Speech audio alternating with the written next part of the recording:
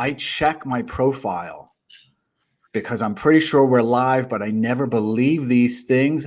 I see both of us, so that means we are live. I did it again, and so did you, so thank you so much. Let's do it, man. Yeah, I'm very excited. I'm really excited to have you here. You're such a wonderful person. And I know part of your self-identity that we've discussed before is happy. So I'm certainly so delighted to have such a happy guest. And we're going to continue the investor series. Let's do it.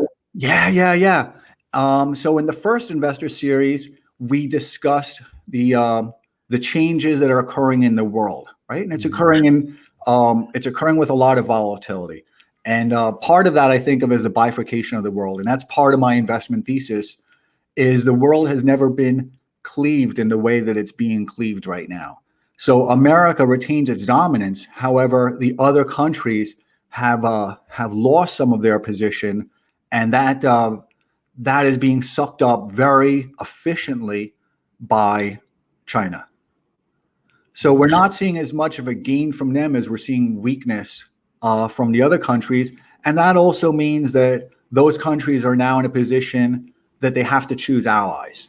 While as before, they could kind of mix and match their allies and just create something that kind of worked for them. Now everything is becoming an all or nothing. And I think we're seeing that in Europe. We're seeing that with recent Brexit.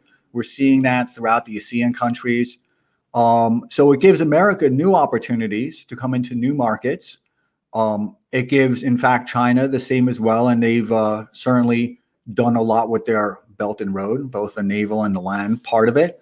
And that creates new opportunities. So that was with Valina, and she was just wonderful. And she gave us a very good schematic, right? A system view of it. In the second series, we were joined by Tracy, and Tracy goes by Chigirl on Twitter. And we discussed sector rotations into energy. Because as America starts moving into these new markets, energy, of course, has to be a part of developing countries, right? They're not going to be good allies of us if there's not both sufficient trade, and there's not going to be sufficient trade unless they have energy, and they're not going to be able to downstream American manufacturing and warehousing and just kind of a supply chain without energy. So we discussed the fossil fuels there and what type of policy changes we can see or not expect. Beyond the rhetoric of everything else, what can we reasonably expect?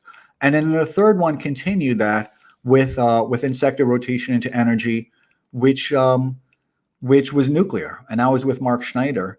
And we're in kind of a nuclear arms race of a different type, a more peaceful one, I think. However, it's one that creates new opportunities for both sides. And now what we're discussing, and I'm so delighted to be with such an authority and such a wonderful person to be that evangelist, is the markets as a whole.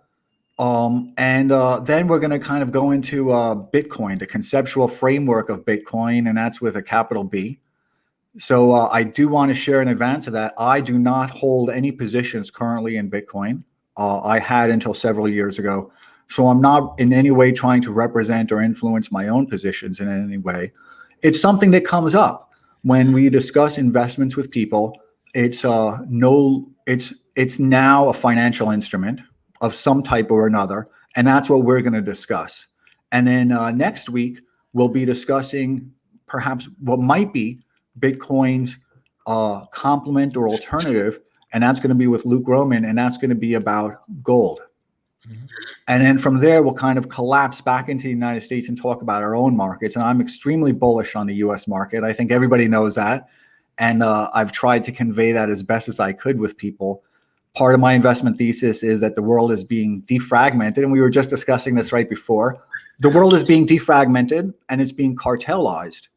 So I've been very assertive in buying the cartels, and I've been wading very heavily into the cartels. And that is a good thing, but it also means that a lot of people won't be participating and the wealth distribution might narrow. So whatever the future is, we have to make sure that we're on the profitable side of it. So whatever the future is, we have to make sure we don't suffer it. And that brings us here. So I want to thank you so much again. And if you would be kind enough to introduce yourself, would that be all right? For sure. Anthony Pompliano. I think everyone at this point just calls me Pomp. I've done a whole bunch of stuff. Let's see. Went to Bucknell University, got an economics degree, played football there, was in the military for a while, did a deployment overseas.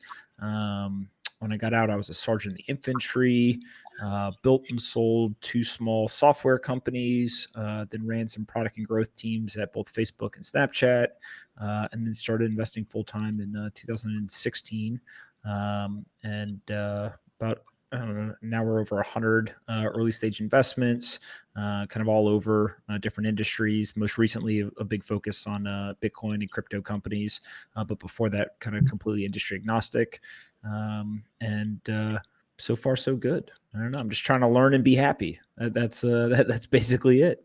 I think you are certainly succeeding in your learning, and it's remarkable to watch in real time. And I think I can vouch for your happiness because I watch a lot of your YouTubes, and they all have this happiness about them, and it's just really a delight to see your work effort is amazing, and your kind of own intellectual inquisitiveness that you express in all of your YouTubes.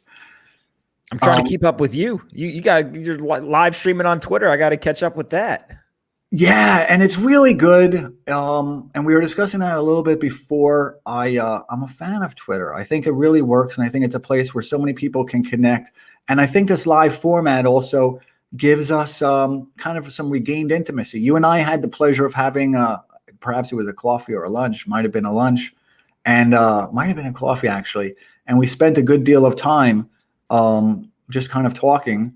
And of course, you're always a natural interviewer, so you probably lured me into talking a lot about myself. And so here, this is kind of like a follow-up to that, and hopefully everyone will enjoy, what cometh forth. So Let's do it. Yeah. So I want to get into kind of my own view, and then we'll discuss your own. And I'll leave my view very, very short, as I think I've already kind of expressed it a lot. And that is that I'm a futurist, right? And was as a kid, and I kind of saw my career path, and worked out pretty much on schedule.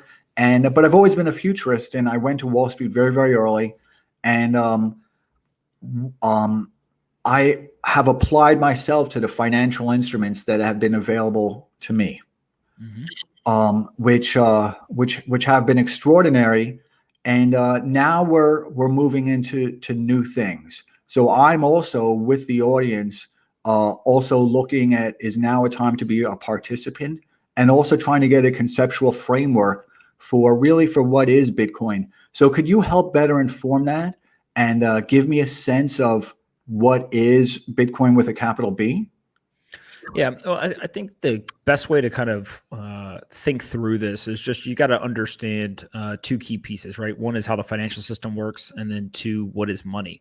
And really, from a money standpoint, historically, it's just been a belief system, right? Whether it was a physical commodity or not, it's just you and I, as 2 market participants, exchange a currency as or in exchange for a good or a service. And the reason why we do that is because we both believe that currency has value, right?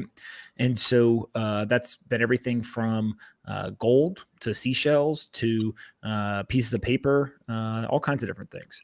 And I think that the first key piece to understand about Bitcoin is just another currency. Right. It's just in a digital format. Now, the question is, great if anything can be a currency, literally if you and I can trade marbles, then the question is really like, well, what makes a good one? Right. And I think this is really the difference between kind of money and currency, right? Currency is just anything that can be traded for a good or a service, but money actually has some intrinsic value to it and has some advantages. And when it comes to Bitcoin, what it really is doing is it's got 3 key properties, in my opinion. The first is that it is decentralized, right? So every other kind of nation state currency in the world today is controlled by a central bank or by a government. So they created it, they issue it, they control it, they own it, and that is theirs. And so when it comes to kind of assets outside of the system, it's really precious metals and Bitcoin, right, are kind of the two options. The second thing is that the monetary policy, as we have seen on great display over the last 6 months, the monetary policy for nation state currencies are very kind of emotionally driven, very reactive, and they're driven by human decision making. Sometimes that human decision making can be fantastic. Other times it is horrendous, right? And you kind of can go around the world, and the problem is that we always know with hindsight bias or kind of clarity when there was good decisions made and bad ones. But in the moment, they're kind of heavily debated. Right. And so you could look and say there was people who thought the situation in Lebanon recently, the decisions being made were positive. Well, the outcome may tell us maybe those weren't the best decisions, right? Or Venezuela or Zimbabwe, et cetera. But also there's plenty of times where people disagree with central bank decisions in the moment, and they end up being okay or good decisions, right? So I think it's just humans are making the decisions with the data that they have.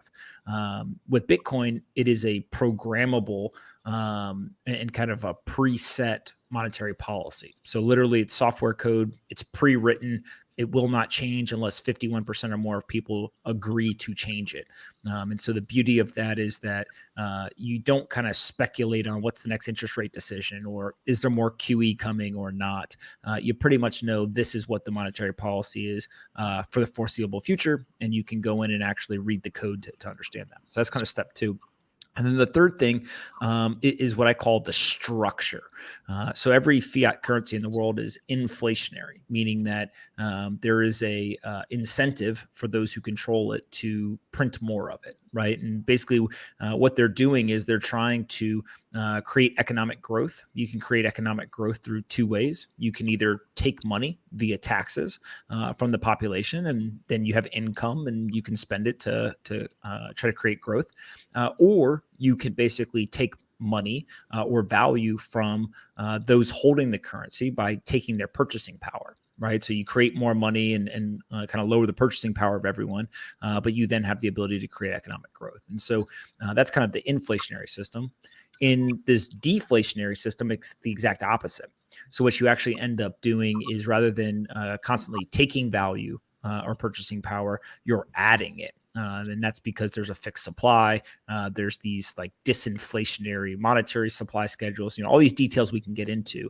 But I think the three key pieces are, Bitcoin is a decentralized currency compared to the centralized currencies. Two is that the monetary policy is programmatic and transparent versus human-led decision-making in the traditional world. And the third is inflationary versus deflationary. And so, I kind of sum it all up and say, sitting down and drawing a line down a piece of paper and writing, here's the difference between Bitcoin and, let's say, fiat currencies is really easy, right? To kind of identify all the differences. The big question and where a market gets made is just which one is going to be better, right? And it doesn't have to be a zero-sum game. Both could thrive and survive.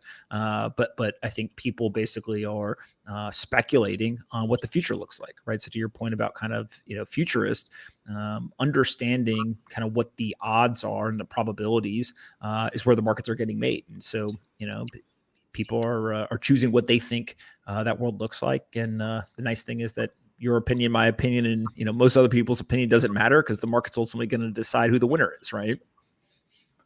Yeah, that's very interesting, because let me go back to the decision making, because I want to go back to the market place for it. But but Bitcoin participants and evangelists like yourself, and evangelists that are also participants, you can't possibly base your decisions on knowledge alone. And that, but what I mean by that is you have to anticipate the future, right?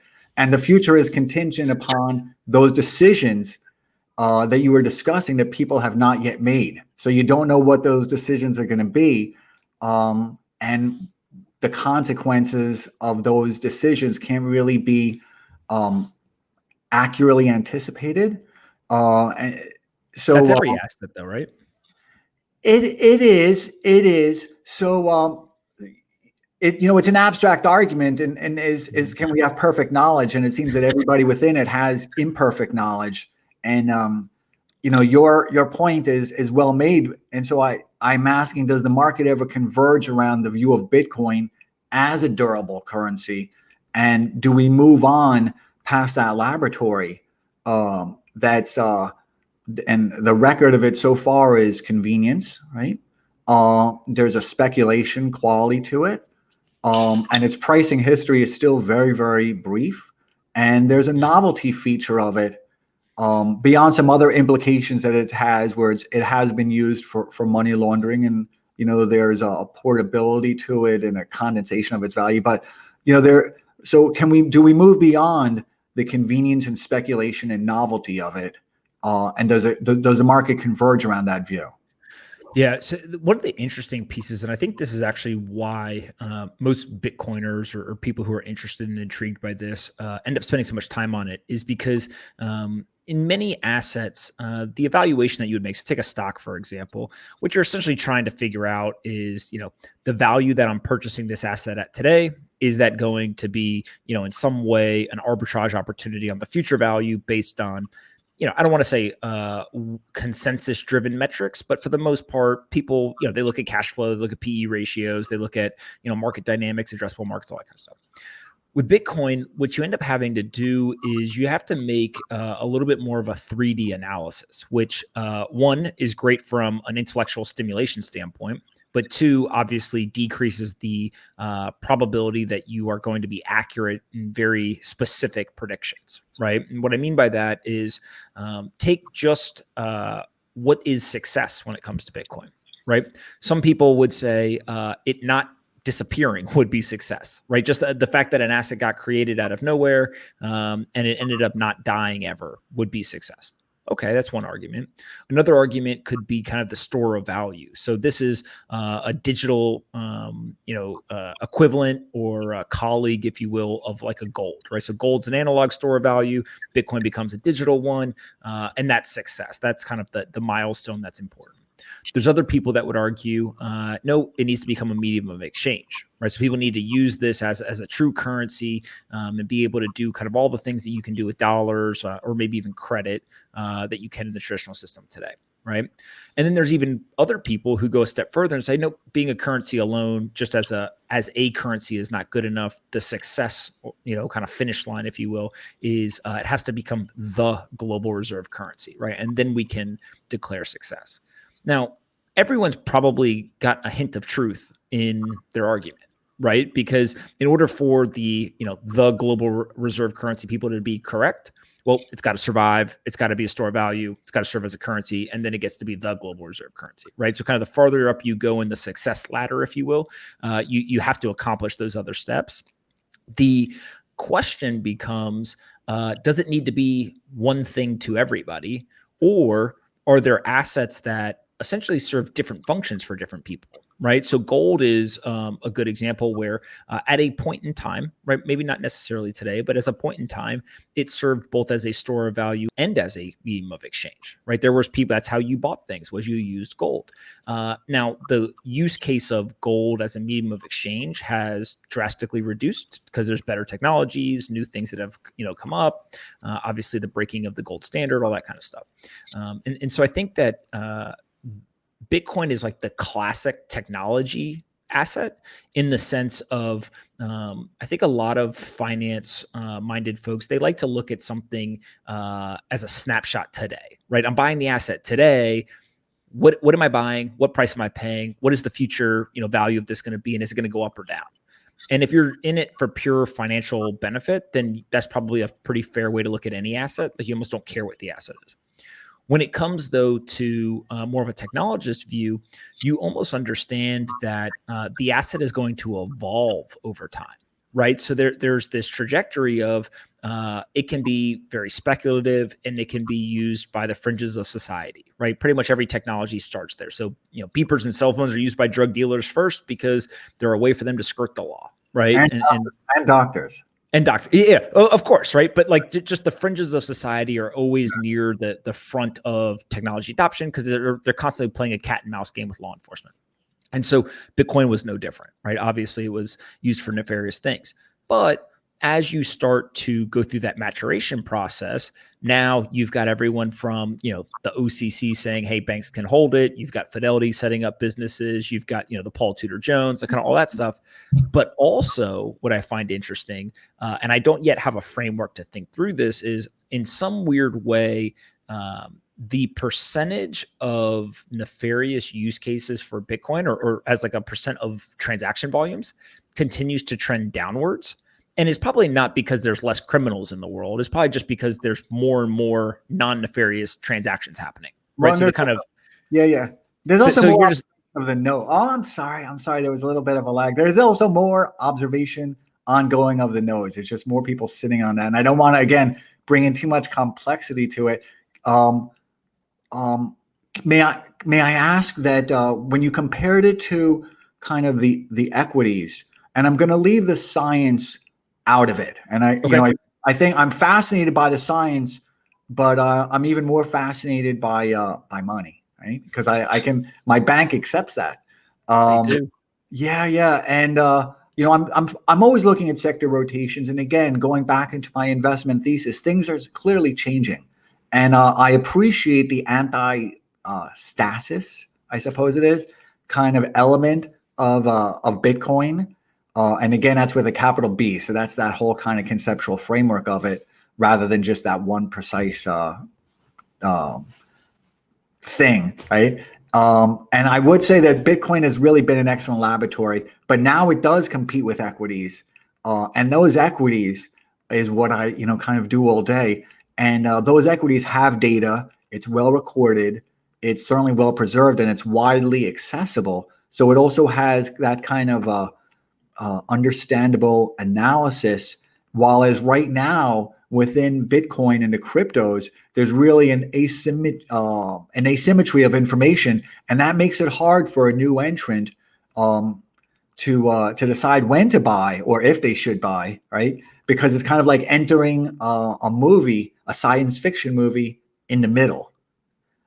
You've missed everything, and now I'm kind of in the thick of the plot. So a person coming in, and I see, it's kind of it's moved with the market somewhat. So there's been a reduction in its volatility, and it does kind of reflect the commodities in the markets. And I definitely want to discuss that.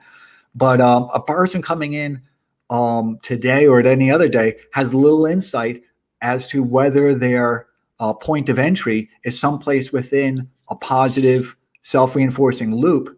Are they coming in at a place where it's really been mispriced? Yeah. Well, and you're talking about Bitcoin or equities? I'm talking about Bitcoin. I'm really talking about cryptos and about, again, Bitcoin and with a capital B. And if you want to kind of distinguish for the viewers that might not be familiar with the differences are between how it's referenced. Yeah. So, one of the most confusing parts about Bitcoin is the nomenclature used is Bitcoin, the network with a capital B. Bitcoin, the network, is very similar to any payment processing network in the sense of it processes payments, right? So this is the ability to put transactions in a very unique way and allow them to be processed so that any two parties can transact. So that's kind of Bitcoin with a capital B. Bitcoin with a lowercase b is the actual asset itself that you hold. So compare this to dollars or gold or something like that. In terms of this asset, one of the interesting things is if I want to buy Facebook's search or Facebook's friend graph, or I want to buy Google's search engine, or I want to buy Amazon's AWS business, I can't just buy those individual product lines, right? Or those individual features. I have to buy equity in the company that owns the intellectual property or the cash flow or whatever it is. Well, if I want to buy Bitcoin, the payment processing network, there is no company. It's decentralized. And so what I've got to do is the only way to get financial exposure is to own Bitcoin, the lowercase b, right? So you can own the lowercase b Bitcoin for everything from, hey, I think it's digital gold, to I want to have financial exposure to the Bitcoin processing network, et cetera. Now, when it comes to price, the two things that I always tell people are there is, obviously there's a big difference between price and value. And so the fundamentals of something like the Bitcoin network look very, very different than a traditional corporation, right? Obviously, because it is different. And so the things that I pay attention to there are kind of healthy transaction volume, right? So if you look at on-chain adjusted transaction volume last year, this is taking out all the exchanges and kind of all the nonsense and trying to really get at how many people are using this on a daily, weekly, monthly basis. There was more on-chain transaction volume for Bitcoin than the transaction volume for PayPal, Apple Pay, or Venmo last year, right? Yeah, And yeah. so start to break that down, you can go kind of data point by data point. And what you realize is the value, right, in terms of these fundamentals has never looked better. It's the price that is very, very volatile. And I think that's where people, they watch this price and literally can go up or down 10% in a day. Yeah. Right. And they're just not used to that. And that brings up an interesting point, because to observers, and I'm one of them, there does appear to be somewhat of kind of Bitcoin mining as alchemy, right? As a modern day alchemy. And, we saw, I watched it. I sold, I guess, around 3,000 a long time ago. And that was the last of it. And that was really, I thought that it might continue to go up because there was that self-reinforcing loop, but that also kind of introduces kind of asymmetrical bubbles, right? I'm still a finance guy, and I try and think of efficient markets as much as I can. So it went up to 20,000, and there just seemed to be a trend, and also there was a misconception related to that trend, and that continued that loop, and then it got to 20,000, and then it fell very, very quickly. So do you think of 20,000 or thereabouts? I don't know what the exact prints on it were, but thereabouts. The only time I saw it is when I said, well, I don't own it anymore. Now it's at 20,000. So I could have been off by 1,000.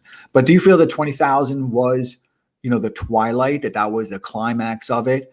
Or now do you see that laboratory and that the marketplace has introduced new efficiencies and new technologies that can allow that to resume without requiring as much marketing and promotion as it did the first time around? Yeah. So price is determined by supply and demand, right? So this is true of every asset.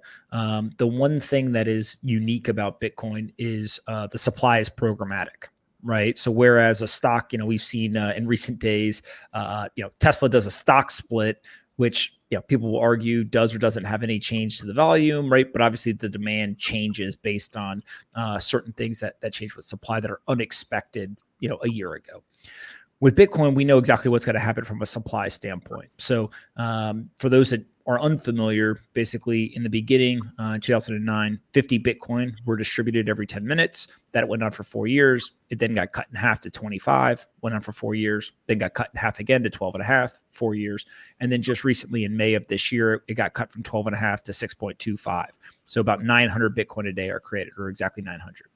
And so the reason why I bring that up is because every time one of these, what they call the halving, or the daily incoming supply, gets cut by 50%, there is a supply shock to the system, right? So if demand stays constant and you have a supply shock like this, then the idea would be that the exchange value, right, or the price would go up. The question is always just how much does it have to go up, right? And you've got a variable in the demand side of the equation. Now, in 2017, as you mentioned, it went from $1,000 at the beginning of the year to $20,000 at the end of the year. Incredible, 20x, a single year. But it's somewhat misleading in that it actually went from $10,000 to $20,000 in 18 days. So really kind of throughout the whole year, it got from 1,000 to 10,000. So it's still 10x, right? Still big movement, but not quite 20x. And then in 10 days, it went from 10 to 20. it was there for, I think, 48 hours maximum, right? Kind of a short period of time, and it crashed back down. So the way that I think about it is a better kind of true price measurement is to look at something like the 200-day moving average, right? And the 200-day moving average has continued to go up kind of year after year after year after year. The daily price goes through these kind of booms and bust cycles, right? So the part that you didn't mention that tends to be very scary for people is after it hit 20,000 in 2017, it then crashed over a year until it hit $3,200, right? Yeah. So, but that brings up such another, vital question for me. And I'm not an efficient markets person, right? So I definitely recognize that there's a lot of dynamic opportunities and mispricings and within trends. But how can a government or regulators intervene to halt those or slow down the boom or bust cycles?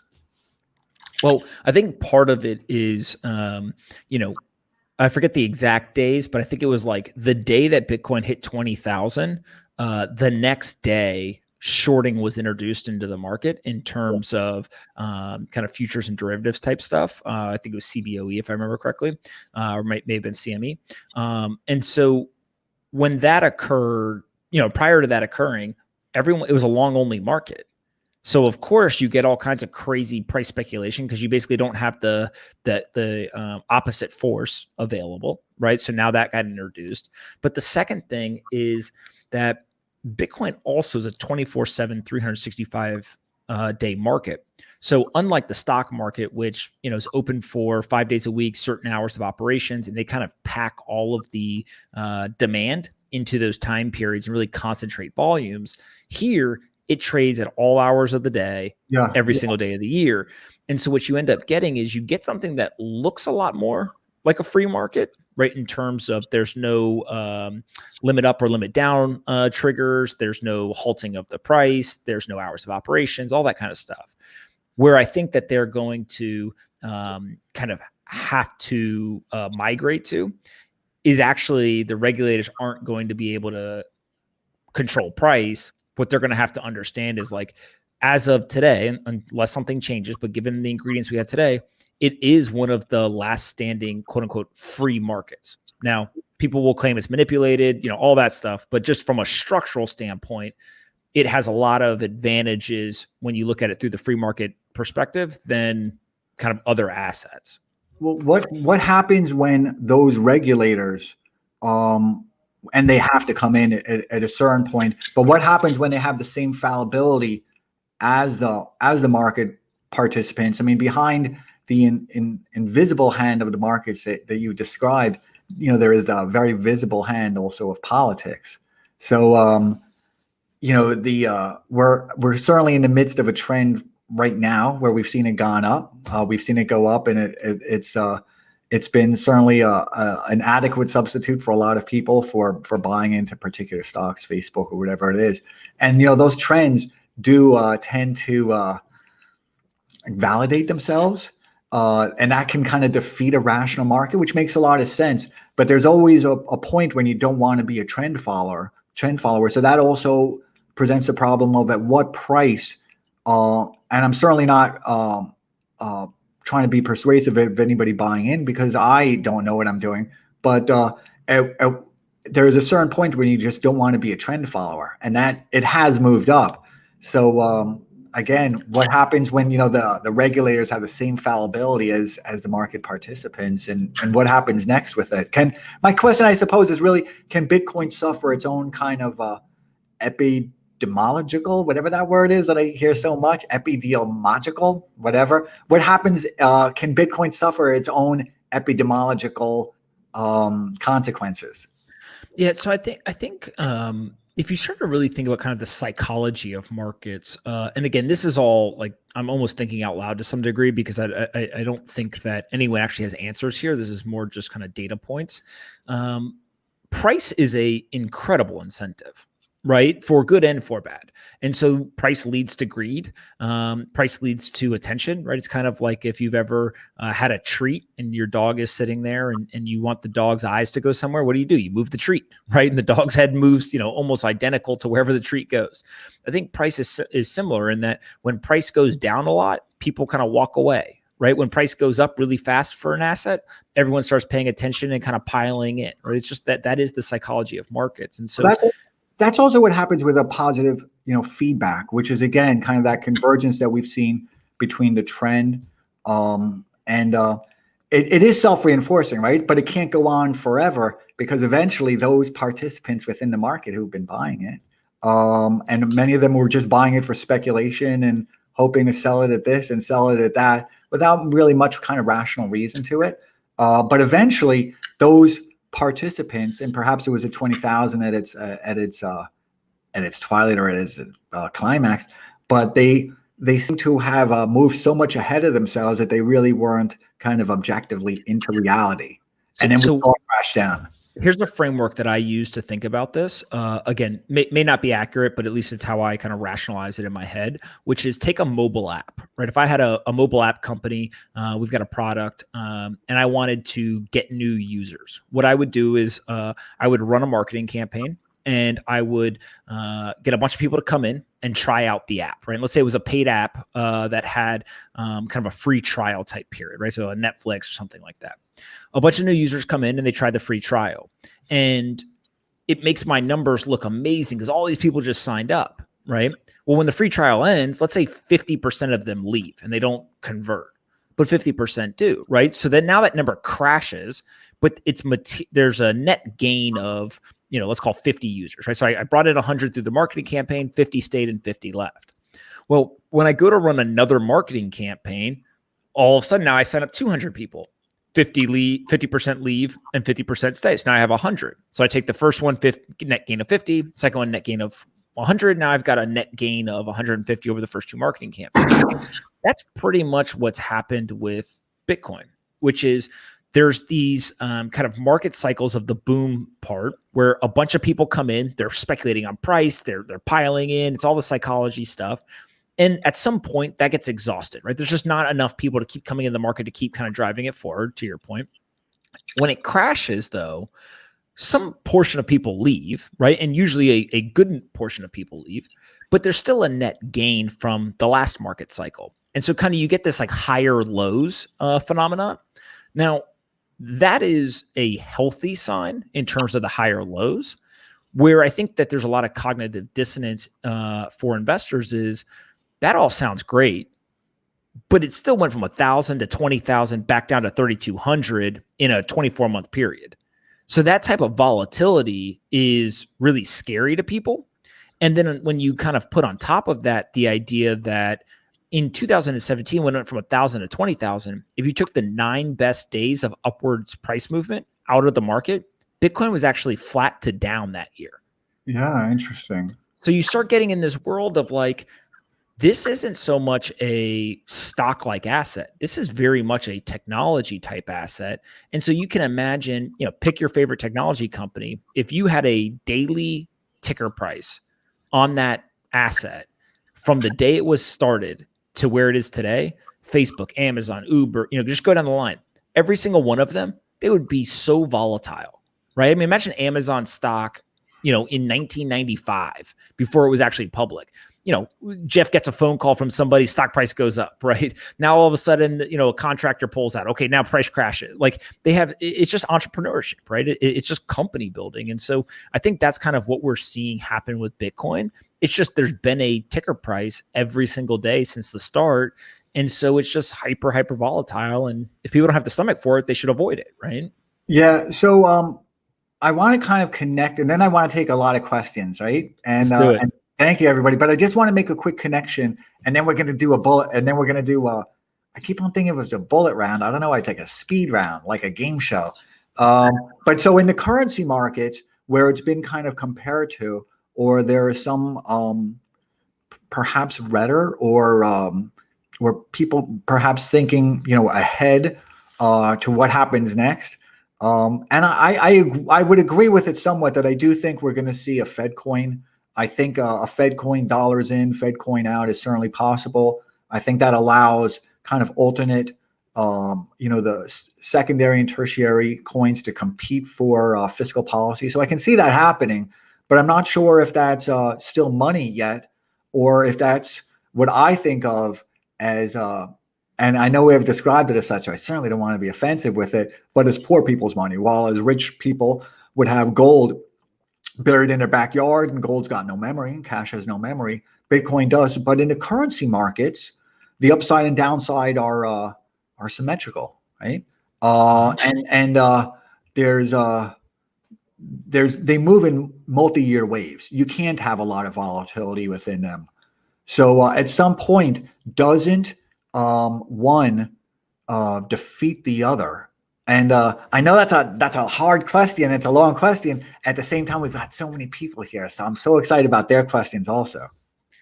Yeah, I think the short answer is nobody knows, right? And the other piece of this equation that is really important that always gets left out is your goals and what you're optimizing for is probably different than my goals and what I'm optimizing for, which is different than everyone else watching this, right? And so a lot of kind of what can occur is based on our perspective, right? So I always give the extreme example of like, take an 18-year-old kid who has limited resources, just starting out in their career, and they're very much in the wealth building mode, and compare them to somebody who's 75 and is very much in wealth preservation mode, right? Has a lot of resources and is thinking more about how do I keep the assets I have for the next generation. Those two people can look at the same asset and come away with drastically different conclusions on it, right? And Bitcoin would be a great example. The 18-year-old is probably super excited about it, right? And the 75-year-old is probably like, this is absolutely insane because tomorrow it could be worth 20% less. So for the 18-year-old, is it now their money? And are we kind of are we aging out? And again, these are such tough questions, but I'm very curious about it. I'm old. I'm kind of, if I had hair, I would be what's called a gray hair, right? So I'm very curious. I think that it comes down to I talked to somebody yesterday, right? And we were talking about gold and Bitcoin. And what I explained to them was I said, if you take gold bugs, kind of people who really believe in gold, and you take Bitcoiners, and you put them in a room, and they both start out on kind of their view of the world, they will agree on like 99 to 100% of how the system works, all the problems, why they don't like the Fed, all this stuff. They'll agree almost to a T on all of that.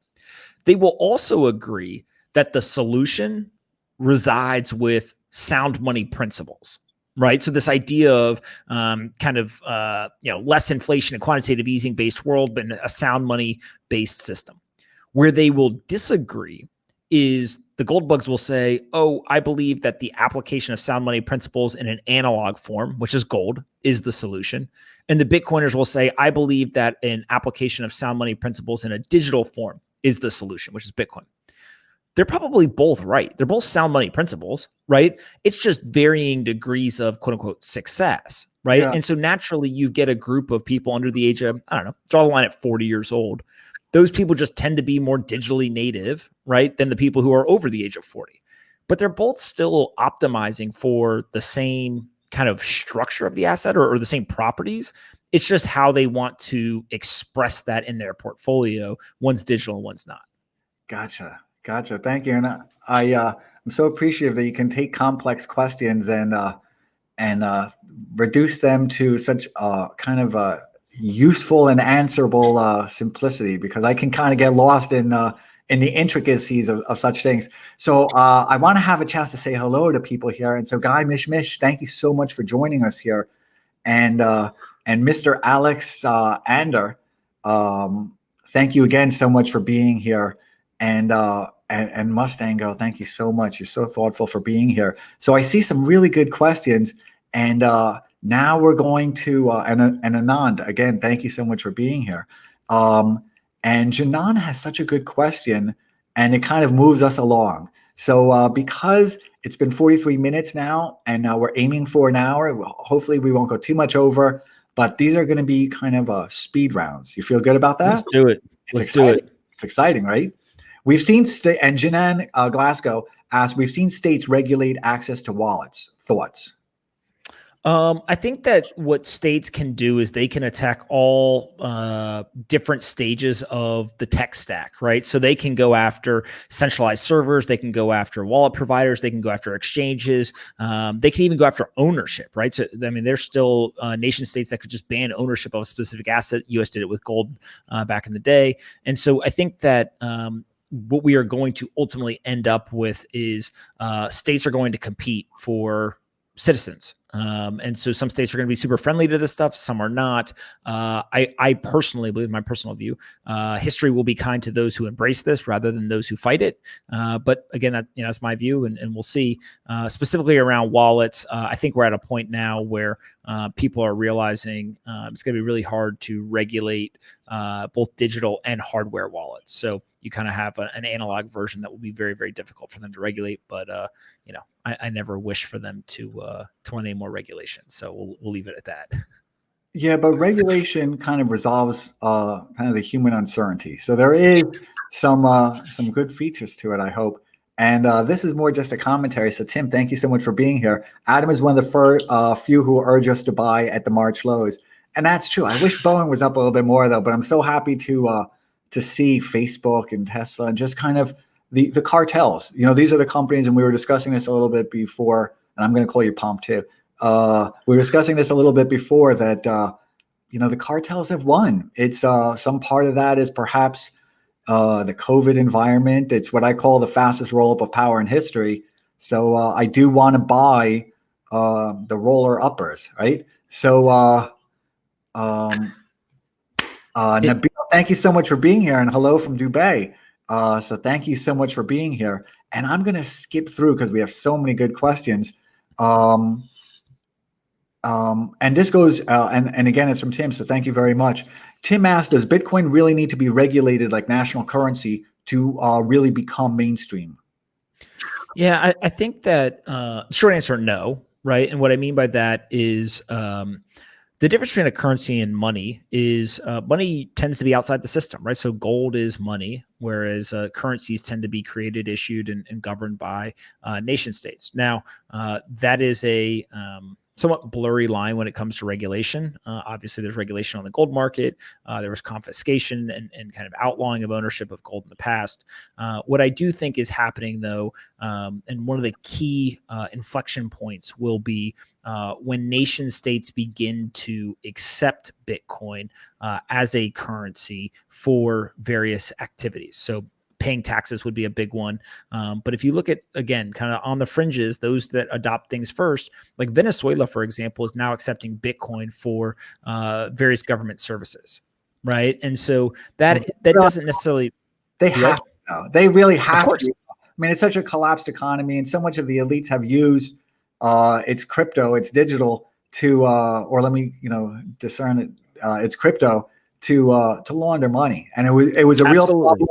You couldn't sell the oil into the market, but I'm going to skip along. Would that be all right? Okay, let's go. Okay, because it's the speed round. And I'm that dude, and thank you so much for being here. Ask, is Bitcoin correlated to the markets? Because it sure seems it is. Over a long period of time, no. It's got about a 0.15 correlation to other assets. In the last couple of months, during this liquidity crisis or highly deflationary period, all assets trend towards a correlation of one. So everything kind of moves in lockstep. And the best example is go back to 2008. Gold, equities, everything, correlations go towards one. And then once you kind of get out of the deflationary or liquidity crisis type time period, then you'll kind of get back to the normal correlation levels. And so historically, what we've seen with Bitcoin is that it has not been correlated, but definitely over the last couple of months, there's a correlation due to that deflationary environment. And Party Through It USA, and thank you so much for being here also, ask, will the volatility continue, and does it make it difficult for trade deals between countries? The volatility will definitely continue, I believe. Now, if you look, actually, the volatility has come down. So during these bear markets, volatility drastically reduces, and volatility goes up in kind of the bull markets. Obviously, you need volatility for price to go up as well. In terms of making it difficult for trade deals, right now, I think that a lot of the countries who have tried this, and I say a lot, I think there's only been like 3 or 4. They're quite small trades. So, we're talking about tens of thousands of dollars. For a nation state, that's like nothing. But what I do think will continue to occur is the nation states that adopt it first are going to use it for, they don't care about the stability of it as much as the censorship resistance and that stuff, right? Those value propositions are more important than the stability of price. And over time, as Bitcoin becomes less and less volatile, then more and more people will adopt it because it has stable price as well. Thank you very much. And the emissary, and also thank you so much for being here, asked, do you see governments fighting Bitcoin as a currency or even a US dollar versus Bitcoin scenario? And I'm going to answer that in part, right? Okay, go ahead. I don't see anything displacing the dollar. I really don't. I think no, there's just too much. There's too many dollars in the world's banks. And that's, I could go into this in quite some depth, but you're seeing the euro trade only within the euro for the most part, and sometimes it's used as a mechanism to defeat certain regulations. Do you think we'll see high levels of inflation? I don't know, because it depends on how you measure inflation. I mean, I have this argument a lot. Is when I bought my first house, I was paying 9%. I couldn't Airbnb my house. My car was horrible. Gas, cars were horrible. It would always hit potholes. So I couldn't extract a lot of value from my house. Right now you can. You can Airbnb things, and it's just I don't think GDP and other of these the tools that are being used really reflect kind of the real world. I think they really do have to kind of recalibrate. So inflation, it depends upon the goods you're seeing. In housing inventory, you can buy some great houses today. You can buy a couple of really good houses today for just so cheap, and the developers are just building some really beautiful things. So there's just kind of there's an elegance to it that we didn't have. So no, I do not see anything displacing the dollar. One of the good things, I suppose, of having a huge trade deficit is that our dollars are in every bank, every place. And I don't think China, despite its rhetoric that finds an audience, a gleeful audience, I don't think it desires to displace the dollar, because then it's got to play by the rules, and it's really enjoyed not having that constraint. So, but I want you to answer the question now, because I could be wrong. Well, in terms of governments fighting Bitcoin, for sure there will be some governments that choose to do that. I think that will be a misstep because there will be many countries that choose to embrace it. One of the beauties in the United States, for example, is there's a lot of congressmen who literally on the congressional floor or through social media, public, comments, etc., have really taken a liking to Bitcoin. And so that's an interesting kind of development. But there are also plenty who don't like it, right? So kind of you get naturally some disagreement in politics. When it comes to the inflation stuff, I actually take it a step further, because I think you're right in if you subset or kind of divide the population into 5 buckets, right? So you get the top 25% of people, that kind of the next one all the way down to the bottom 20%. The bottom probably 40% of a population are going to see incredible levels of inflation. The top 40% are going to see almost no inflation, right? Like if you look at the CPI metrics for coming out of 08, 09, I don't think we ever got over 2% for a while, right? Like it was like 1 to 1.5. But you can offset, and I apologize for it. No, go ahead. It's such a point. I'm so happy to intrude upon your. That's why I'm here. Let's do it. Yeah, but you can kind of interrupt that inflation cycle in a way that the Fed could never probably stop. And that is, you can have an Amazon coin if your landlord takes an Amazon coin, if your supermarket takes a supermarket coin. Clearly we're seeing a trend towards massive company towns, Google company town and such, where they can have their own kind of script note. And that is in its own way kind of that same Chinese tool of Chinese employed tool of having a dual currency, and one that kind of exists in the real world, and one that doesn't. So I think that there are ways to why do all that when you could just use Bitcoin?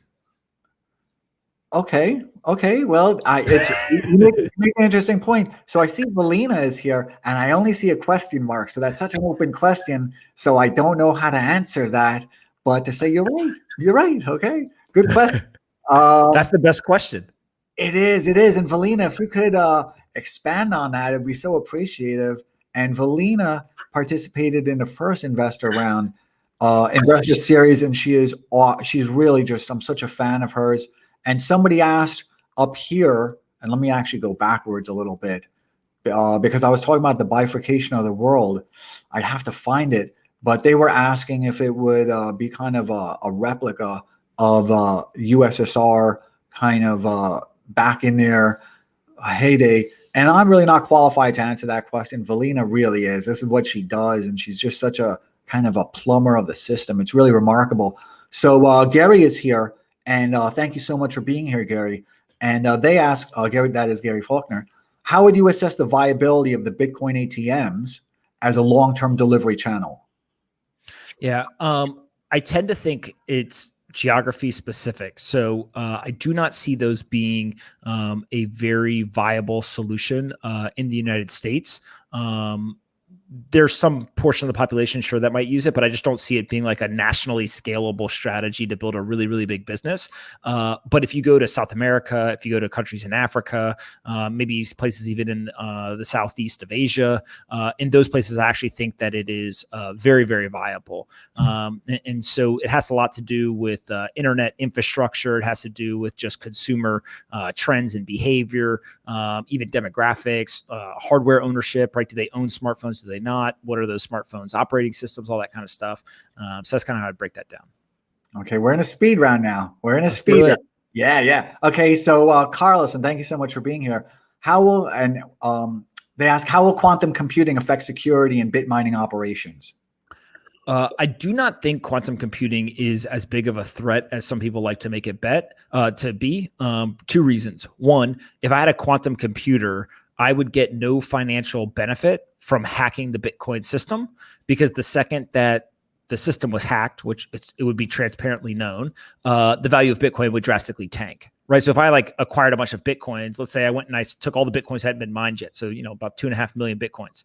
Well, if they're worthless, then I'm just holding a bunch of ones and zeros that don't really matter, right? And so I think that there's kind of this game theory there. The second thing is, I always tell people, Bitcoin is a $200 billion asset, $250 billion asset. If you had a quantum computer, do you think that the first thing you do is hack the Bitcoin network or go do something else?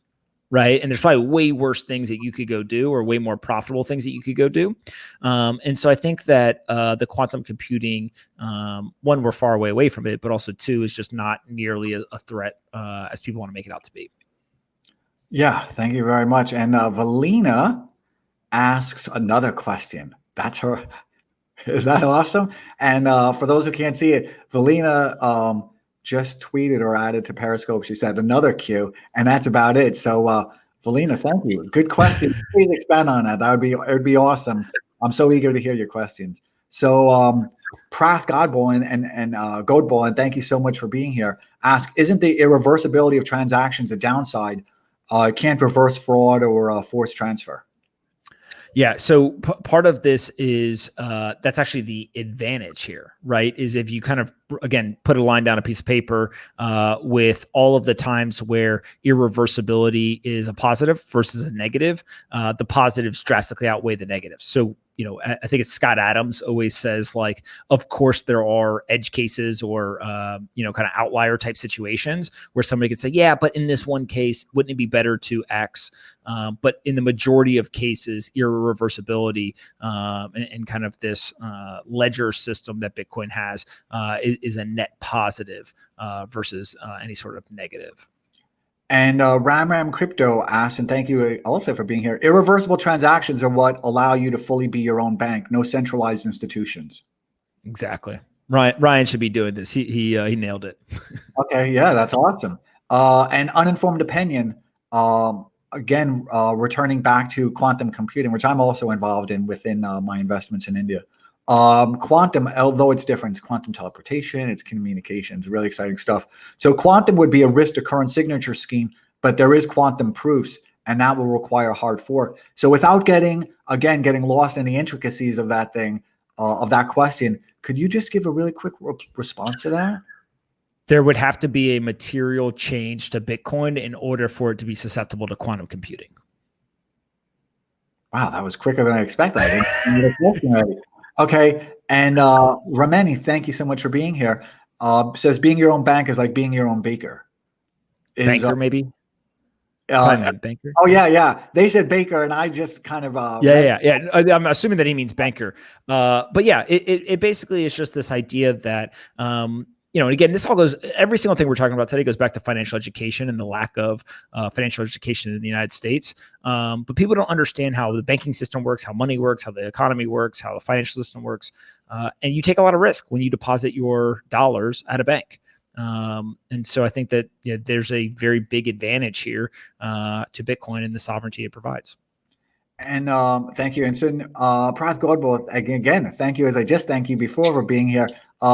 Ask a question that really kind of pertains to Bitcoin ransoms and something that we're going to see kind of cascade down from the hospitals where there are really hospitals and have the big vulnerability. Banks have the big vulnerability, where we're going to see a cascade down to the individual, certainly. And we are seeing a lot of hacks into that'll become much more evolved in their own kind of system theory. So they say if I take Bitcoin at gunpoint, you have no legal recourse to regaining it.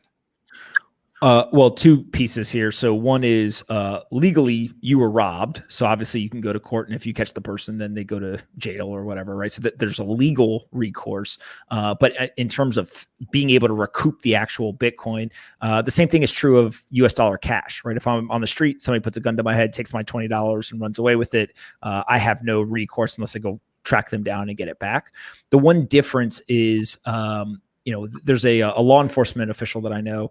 He says every time somebody commits a crime, we want their hands on a keyboard, right? Which from one perspective is like very scary because the rise of the surveillance state and kind of all the things that we don't like. But the second thing is, if you look at most of the crimes that are committed with Bitcoin, they're actually caught pretty quickly. So Twitter got hacked, remember? And the guy was asking for Bitcoin, and they pretty much found those kids like within, 2 weeks. Although there was a novelty aspect to that. Rather than kind of a larger conspiracy that just seemed to be kind of an opportunistic type of thing. So I want to keep for sure. All right, let's go. Bill Polton, thank you so much for being here. He says, Pop owes me 5 Bitcoin. LOL, just kidding. So we're going to... Bill owes me 50 Bitcoin. So then, yeah, it's perfect. Yeah. When that's out to 45. Awesome. So we've become... Kidding. So this Periscope now also becomes the people's court. So, Bill's been giving out some Bitcoin every once in a while. He gives out obviously the cash, but every once in a while he'll give away a Bitcoin.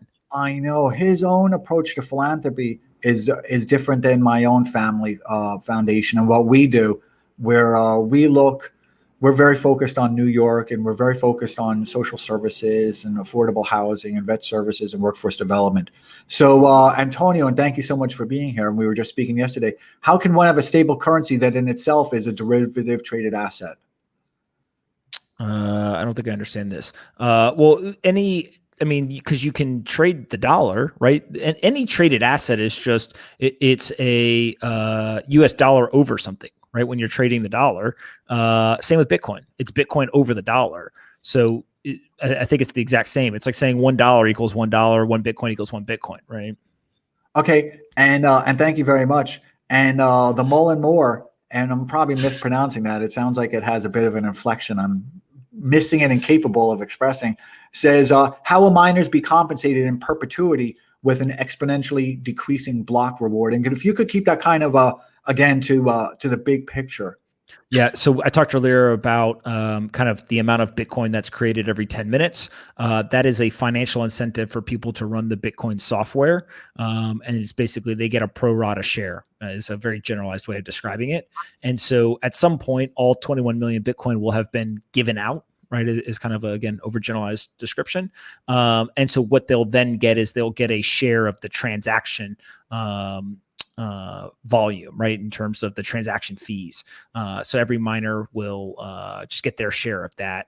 And so the thought process is, in order to get to that point, obviously there will have to be lots of transactions. The price of Bitcoin will have to be very high, and to make that kind of economically sustainable. But I think we're well on the way.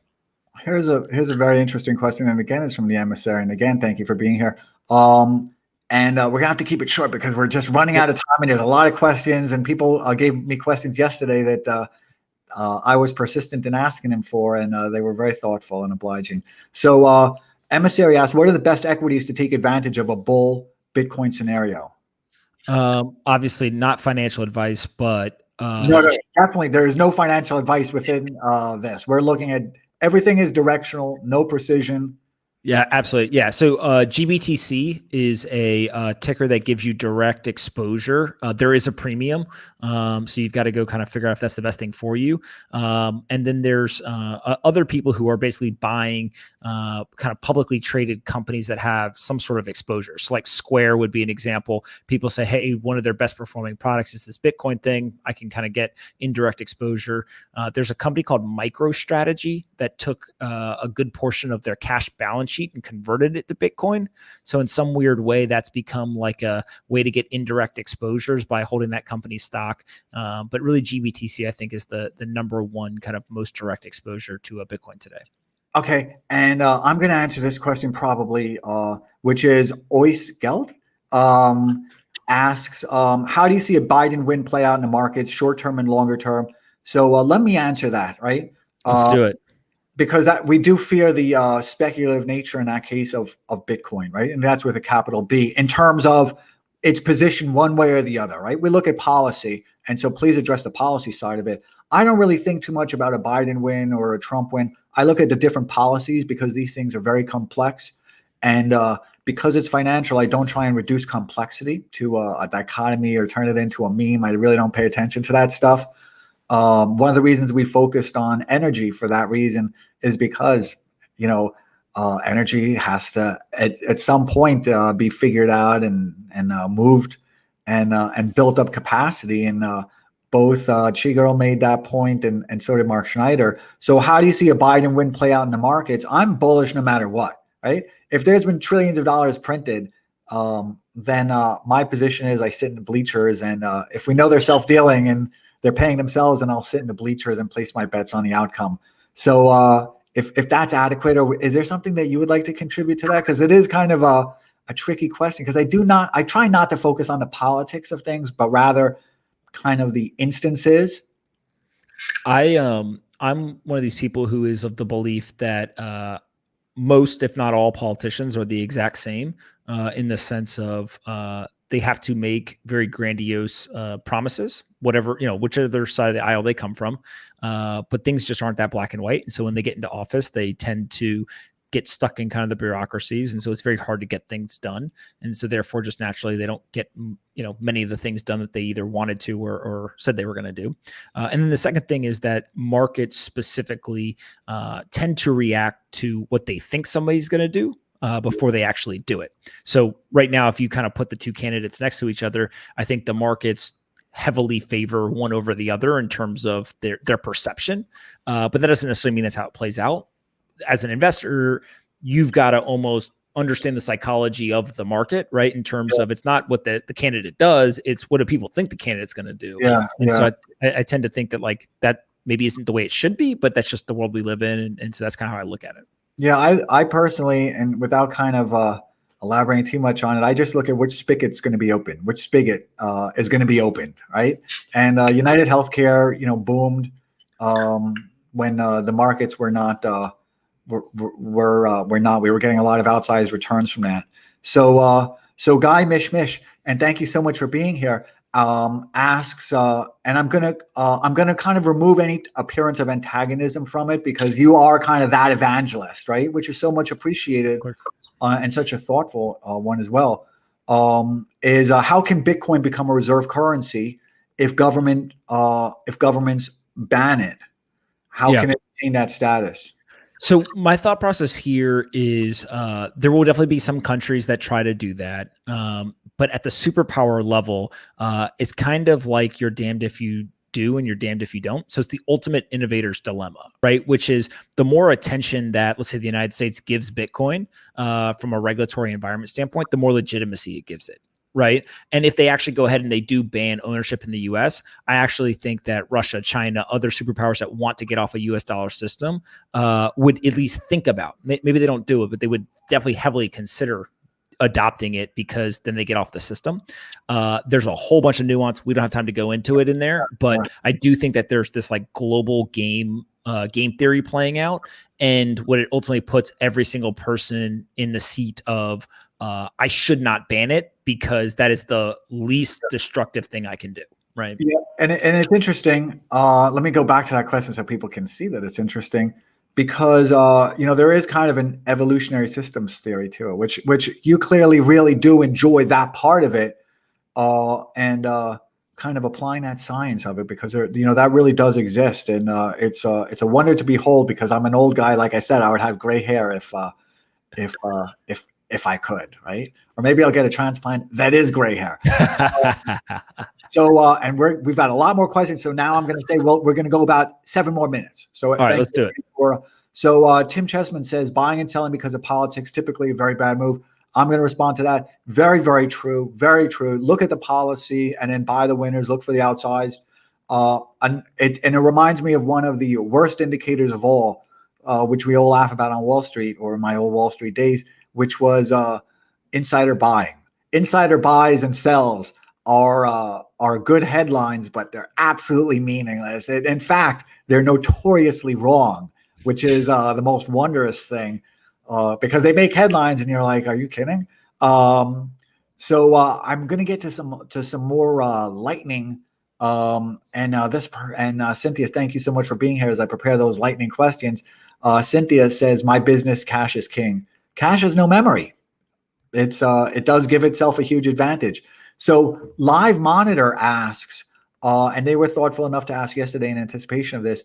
You stated, and unfortunately people aren't going to be able to see it, so I'll try and make it very clear. You stated Bitcoin was the next reserve currency. However, no issuer, the global reserve currency, has ever allowed it to be undermined without a fight. How would Bitcoin combat multiple governments banning its transmission and conversion within their financial systems? And there's a follow-up question to that as well.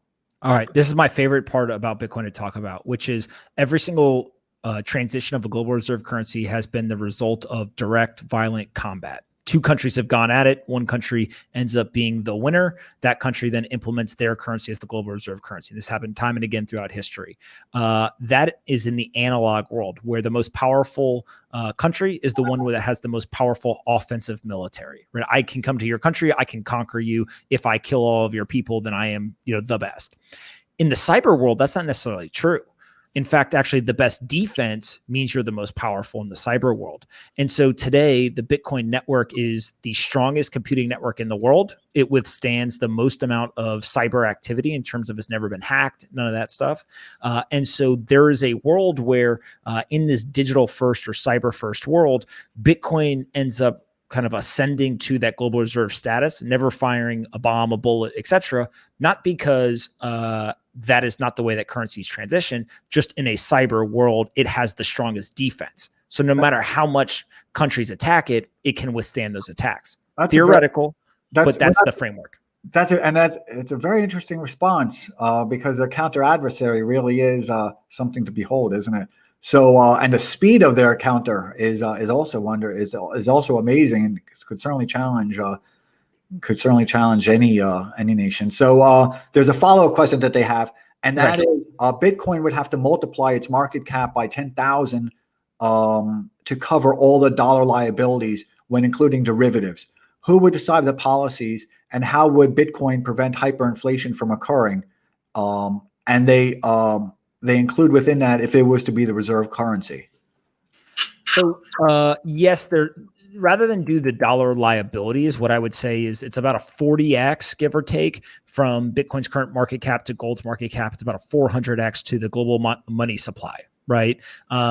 If you start getting into dollar liabilities and kind of all this other stuff, there's a lot of funky math, I think, that people will all debate. So let's just stick with the actual currencies themselves, or the money.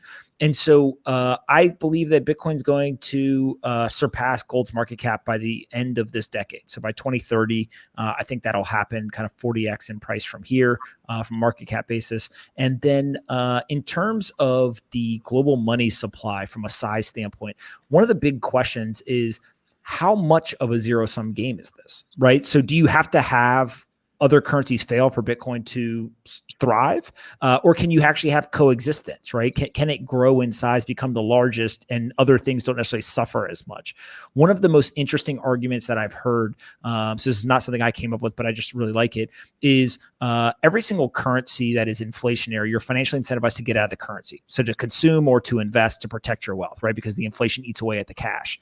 And so in a world where a currency is deflationary like Bitcoin, you're actually incentivized to hold the currency. So you don't consume, you don't invest, you just hold it. Now there's pros and cons to that, but what that would mean if that ended up becoming the global reserve currency is that Bitcoin would steal market share from other store of value assets. So real estate, art, precious metals, whatever, people would not be incentivized to get out of the currency into real estate, for example, right? Okay. You would just simply hold the currency.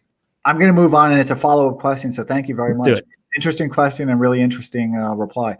So Chance, and unfortunately, we're not going to be able to see him to see his question, asks, what are the most likely responses in the crypto sector during a significant housing market correction or in a significant recession?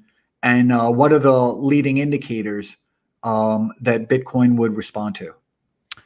I don't know so much if Bitcoin and, let's say, housing is like interrelated as much as Bitcoin and housing. There's an argument to be made that Bitcoin and housing both would act as inflation hedge assets in the current macro environment.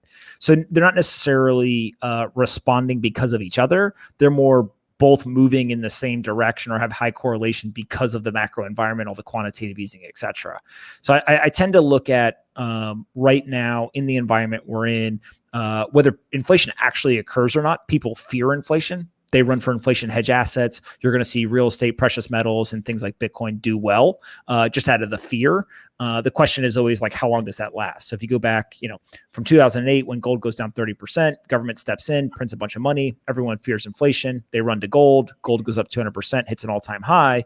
But then eventually it kind of comes back down to reality, if you will, because the inflation never came and people kind of went back into other assets. So we'll see what happens. Gotcha. And thank you for that. And Monique Francis, and I hope I'm pronouncing that name right.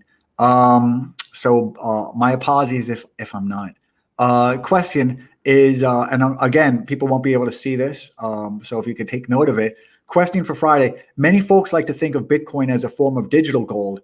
In practice, however, it's often correlated to stock market movements. Why is that? Yeah, so for sure in the short term, meaning most recently, it has moved with the S&P, deflationary environment or kind of a liquidity crisis type environment. All asset correlations go towards one. Over a long period of time, so take the last 5 years, for example, the correlation of Bitcoin to traditional assets is much closer to like 0.15, which is much lower than most assets. So it's historically been a non-correlated or a low correlation asset, but definitely since basically March, when there started to be a lot of money printing and things, the correlation has been much closer to a high correlation. But that's for every asset, gold included. Okay, and we're down to like the last few minutes. So it's a question that I had asked before, and they're asking it. So perhaps there's an abbreviated way of responding to it. In 5 years, will baby boomers versus Gen X hold more Bitcoin than millennials and Gen Z? And I'm an old guy, so I'm not good with these descriptions of them. So if you could help me understand that a little bit better. They asked in 5 years, will baby boomers and Gen X hold more Bitcoin than millennials, Gen Z? On a percentage of net worth, millennials won't be topped, like millennials and younger. On an aggregate dollar amount, there is an argument to be made that the older generation, just because they have more wealth. So if every baby boomer goes and buys 1% of their net worth and millennials and lower buy 10%, the baby boomer generation just has much more money. And therefore, on an aggregate dollar amount, they could hold more Bitcoin. But on a percentage of portfolio, I don't foresee the millennials and younger being surpassed. Okay. I mean, I know people who have like incredible amount of crypto as part of their portfolio. Okay, so we're going to get down to the last questions, and hopefully we should be over in about 5 minutes. So Mij Belf asks the views on tokenization. This one everyone can see. Mij Belf asks the views on tokenization. Will it still happen? And can you, because it's a term so frequently heard, could you just give the 30-word explainer of that? Tokenization is every asset used to be physical paper analog. So physical mortgage, physical stock certificate, etc. Today, most of them are represented in the financial system as electronic QSIPs.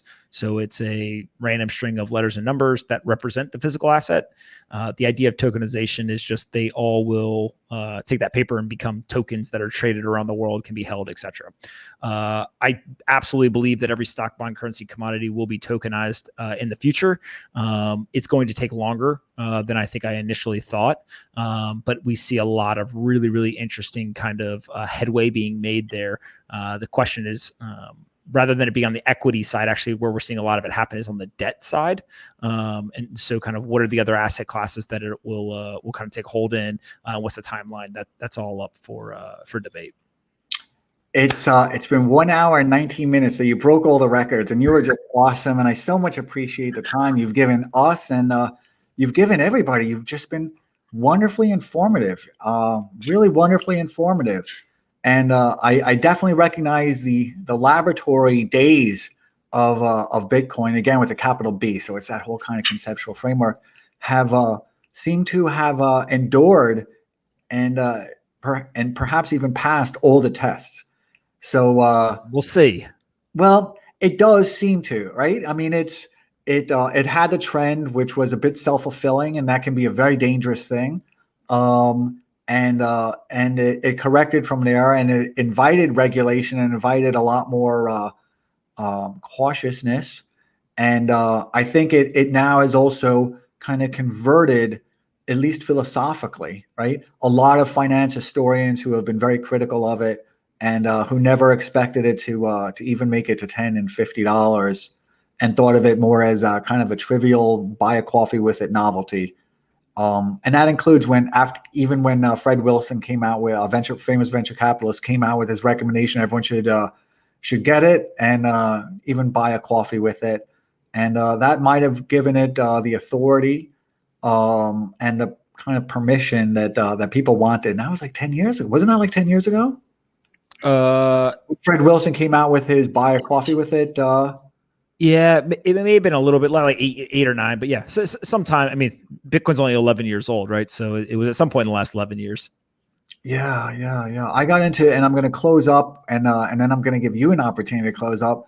So I'm going to close up with saying that I became very interested in Bitcoin after my days with some peer-to-peer music file sharing services that I was very involved in, not as a consumer of them, but I really enjoyed the technology of it, right? And I enjoyed the way that files could be distributed, and I was very involved with Kazaa. And it was kind of disgraceful the way legislation cracked that down because they couldn't handle technology. So it just shows you kind of the deficiencies when the market understands something and the legislators don't. It can be a very dangerous thing because then they ended it.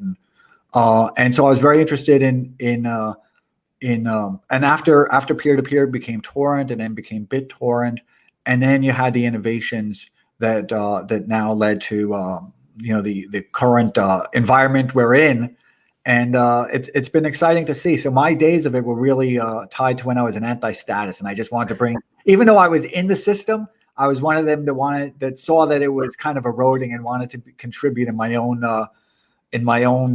kind of youthful ways. So with that, and again, now as I've disclosed, I have no investments, and I'm not trying to encourage or persuade, but we're looking at investor series where we're looking at different assets and different allocations and sector rotations and what comes next in this changing, defragmented world. Things are going to be different. And there will be wars. And does that mean that Bitcoin and other types of ways of exchanging medium will now be used more aggressively? So with that, you made and I subscribe to your newsletter. It's wonderful. So you made an announcement today that I would like to kind of you to explain a little bit, because it's very exciting and it's kind of your own evolution as these things go. And if you could just give a very top level view of it, it would be really appreciated. Yeah. So basically, I think the world is going through a great transition. It's moving from a institutional heavy world to an individualistic world. And that basically opens up the opportunity for something that's been labeled solo capitalist, right? It's people building kind of on their own name rather than institutional names. And AngelList recently had a pretty big innovation, I think, which is these kind of frictionless solo GP fund structures. So I announced today that I started one. And people can go and they can check it out and kind of see my track record and strategy and all that. And if they want to invest, they can invest. If not, no problem. But what I think is kind of happening from more kind of structural standpoint in venture capital is these fund structures are going to put legacy institutions into the classic innovator's dilemma standpoint or position, which is it's basically entering the market in a much more flexible, more advantageous position for LPs. It's going after an LP base that those large incumbents traditionally don't work with. And then as people build kind of their personal brand or their business behind their personal brand, it will allow them to kind of expand both horizontally and vertically to kind of eat the rest of the business. And so we've seen this obviously with, everyone from the Netflixes to the Ubers and taxis, et cetera. But really what's held this back previously is just the ability to scale a business like this. There wasn't the software available. And so, we'll see how it goes. Obviously, I'm excited. I think that there's a number of people who are kind of participating in this that are, I generally think are very smart and they're excited. But there's still a lot of work ahead. So we'll see how it plays out. Yeah, it is exciting. And we were discussing it a bit before. I'm excited for you. And it's good that you've now moved beyond the proof of concept to really execution and operational excellence is as a business guy and as an exec that spent a career having to obsess and worry about these things, it's exciting for me to see something kind of mature within its life cycle, and I would include your concept and your futurism within that. So, congratulations! Thank you so much, sir. I appreciate you doing this. These are awesome. As I said, I've watched other ones, and please keep doing them. Yeah. Thank you so much. And everybody, thank you so much for joining us. And I know that there's questions I couldn't be responsive to, and I couldn't introduce to Pomp. And there were so many, and we had to keep it to a lightning round. So my apologies to those. Please don't feel you were neglected. I saw them. I just had to scroll through so many. And thank you once again to everybody. I hope you've enjoyed this. I'm looking forward to next week. And next week will be kind of your equivalency, right? Which is Luke Roman, who will be discussing gold. So while as Bitcoin kind of retains its memory, and that's one of its features, right? Is gold doesn't. So one goes in the wallet, and the other one goes in your backyard. So I'm excited about that. So I want to thank everybody. We ran a little bit over time, so thank you everybody for enduring with us, and I hope it was informative, and I hope everybody has a wonderful day. Awesome. Thank you guys so much. Thank you, everybody. Have a great day. Bye-bye. Now.